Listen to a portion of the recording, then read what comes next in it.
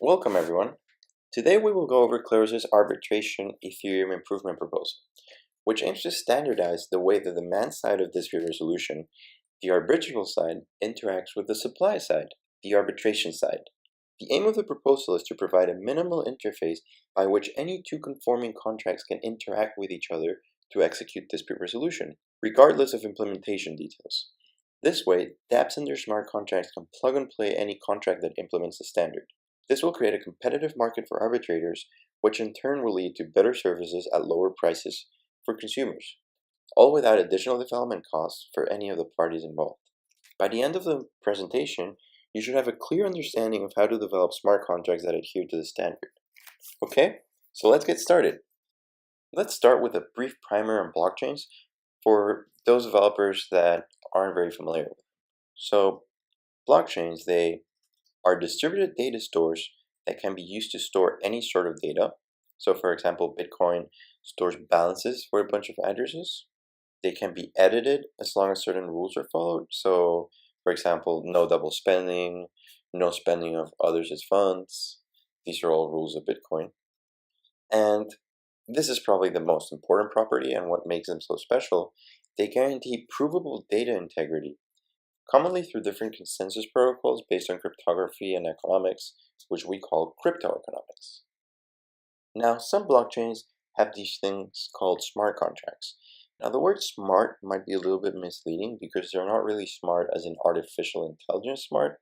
Actually, that would be highly unfeasible because AI algorithms are very computationally expensive and blockchain computation is very financially expensive. But we can explain them very concisely by giving three properties. So they are stateful programs that get sent in a special deployment transaction and become immutable. They have their own address to which you can send transactions to with some input data and value and have some logic executed on chain. And again, probably the most important property is that they guarantee provable data and state transition integrity through the chain they live on. In our case, Ethereum. And in Ethereum, the simplest way of picturing them is a special wallets that expose an instance of a class to which you can send special transactions to. These special transactions can execute methods on this instance with your specified inputs and can modify its state. You can also read this state at any time. So these instances have access to all sorts of transaction and chain metadata and can also interact with other instances of other classes and even transfer ETH. So they are incredibly powerful because they allow developers to easily create distributed applications and systems on top of an existing chain like Ethereum without having to worry about all the internals like networking and consensus protocols. These applications can be anything from new currencies like ERC20 tokens to multiplayer games.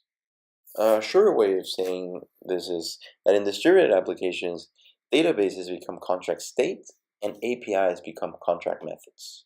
Let's pause a bit for a note on smart contract design.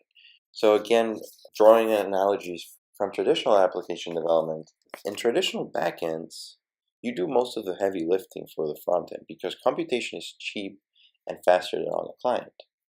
But in smart contract backends, you leave most of the heavy lifting for the front end because computation is expensive and slower than on the client. So it's the opposite of traditional application development. And the fact that blockchain computation is expensive is an inherent property of consensus-based systems that involve lots of parties. Now, improvements will always be made on these systems, but it will also always be cheaper to execute code on the front end.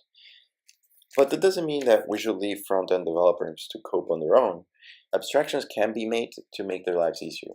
And Kleros API, which is on our GitHub, and I invite you to look it up, does just that for ERC 792 contracts. Okay, so now you might be wondering how the words arbitrable and arbitrator can be turned into smart contracts. Well, in English, and in the context of dispute resolution, the arbitrable party is the one that demands the service of arbitration from the arbitrator, the supplier of the service. Arbitrators give rulings to arbitrable parties, and the smart contract standard is designed to emulate this construct in code. This is a diagram of the flow between clients, arbitrable contract, and arbitrator contract for the simple use case of an arbitrable escrow payment. And we will actually implement this example in code later on in the presentation. To start, the client creates a payment which involves sending the funds to be escrowed and agreeing on the potential arbitration. If there are no issues between the parties involved during the timeout, the payment can be executed. Otherwise, the dispute is raised on the arbitrator via the arbitrable contract. The parties can start submitting evidence, and eventually the arbitrator gives a ruling with a timeout for appeals. Once the timeout passes, the arbitrator can execute the ruling on the arbitrable contract. So now let's look at some actual code. What would an arbitrator look like? So these are all the methods that an arbitrable contract should need to execute a dispute resolution flow. And let's go over each of them one by one. Note that we've removed the doxygen comments for simplicity. So we have a way for the arbitrable contract to create a dispute, get the cost of creating a dispute, appealing a ruling, get the cost of appealing a ruling, get the time window in which it can appeal a ruling. This might be useful for things like multi-party insurable fees, but most simple contracts won't need it. A way for getting the current status of the dispute, and a way for getting the current ruling of the dispute. And you might want the current ruling of the dispute so you know what you're appealing if you want to appeal. And you need this because you need to see the ruling before it's executed so you can appeal it if you want to. And then we also have some types and events. So for types, we just have an enum that tells you if the dispute is waiting for a ruling, in an appeal period, or already resolved. And events, by the way, for those of you that don't know, are like immutable logs that can be efficiently indexed and queried by clients. And we have one for when a dispute is created, one for when a dispute ruling becomes appealable, and one for when a dispute ruling is appealed. Okay, so that's it for the arbitrator. Now let's look at how an arbitrable contract would look like in code. So this is all that an arbitrator contract should need to execute a dispute resolution flow. We have a way for the arbitrator to give a final ruling and an event to notify clients when that happens. As you can see, this interface is much simpler than the arbitrator one, but that doesn't mean that arbitrable contracts are always easier to implement. There is a lot of complex logic involved with evidence submission, multi-party and crowd-insured fee payments, and then there is what the contract does after a ruling is given. That's why we have developed a few things on top of ERC 792 to make it easier for third parties to create arbitrable contracts. We have an evidence event standard for submission and verification of off-chain data to surface context, like the ruling question and possible decisions, and evidence for a dispute. We also have a set of composable arbitrable contracts that each implement a piece of the puzzle and can be used through inheritance or a proxy model. We will actually give an example of that later today. Okay, so now let's go over how one might implement an actual working arbitrator. We'll go over the code of a simple centralized arbitrator where one party can execute rulings unanimously and without possibility of appeals. And then we'll briefly go over more complex architectures using our very own Kleros liquid as an example. Okay, so first we inherit from the arbitrator interface. Then we define a struct type for our disputes and all the storage variables we'll need. This is state that persists and is shared between different transaction executions. So we have the address of the owner to authorize certain actions like giving rulings, the arbitration price so we can change it like a setting. Note that we did not make it public, which automatically creates a getter, because arbitration costs will already act as a getter. A non-payable value, more than the total supply of ETH, to block appeals without having to change the standard interface, and a list of disputes. We then define a modifier. This is basically like a very simple implementation of function decorators, where the underscore gets replaced with the function's actual body. Finally, we define the constructor which only takes and sets the arbitration price. Now, moving on to the setters and getters. We have a setter for the arbitration price. Note that it has the only owner modifier so that not anyone can change the price. The standard getter for arbitration cost. The standard getter for appeal cost, always returning a non-payable value because this contract does not support appeals. The standard getter for dispute status. The standard getter for a dispute's current ruling. The modifier view tells the compiler that those functions don't modify state, only read from it, which means it can be executed on the Ethereum virtual machine without a transaction being sent, which also means no gas fees for the caller. You can get pretty smart with views and implement complex query functions that support traditional API patterns like pagination, sorting, and filtering. Now we need a way to actually create and rule disputes. So for creating disputes, first we call the parent contract's implementation to enforce the arbitration cost. Then we insert a new dispute into the list and save its ID, which is just its index. Note the payable modifier, which means that the function can receive ETH.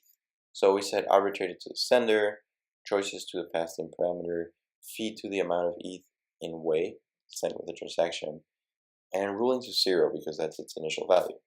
And we set the status to waiting. Then we emit the standard event, and we're done. The function for giving a ruling is also very simple. First, we define a reference to the specified dispute for easy reference. We check that the ruling is within the range of choices and that the dispute has not already been ruled.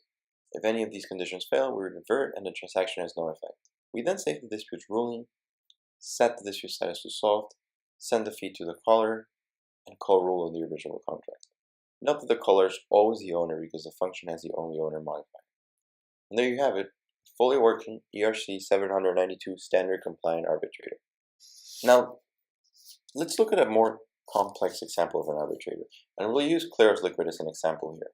So, Kleros Liquid has a tree-shaped hierarchy of subcourts where jurors can choose paths to participate in, supports subcourt appeals and appeals to higher subcourts, supports governance for globals in subcourt-specific settings like fees and timeouts, implements the evidence standard and another set of events designed to power a bridge client notification system. This is our second implementation of the Kleros white paper, and it's just one more example of how diverse arbitrator logic can be. The ERC has been designed in a way that makes it agnostic to all of these implementation details. We are excited to see what kind of other arbitrators the community comes up with. And this contract is in our main Kleros repo, so feel free to take a look at it. Other examples of arbitrators are an arbitrator with a backup arbitrator in case it doesn't rule on time, an arbitrator that appeals to another arbitrator, an arbitrator that assigns weights to different arbitrators and computes an average ruling, or any sort of complex system or DAO that gives ruling. Okay, now let's turn again to the other side and go over how one might implement a simple arbitrable escrow payment contract. The contract should hold the value of the payment until the specified timeout passes, and in the case of a dispute, should wait for the ruling to determine who to send the value to. A possible real-life use case of this contract would be paying for goods on an e-commerce site.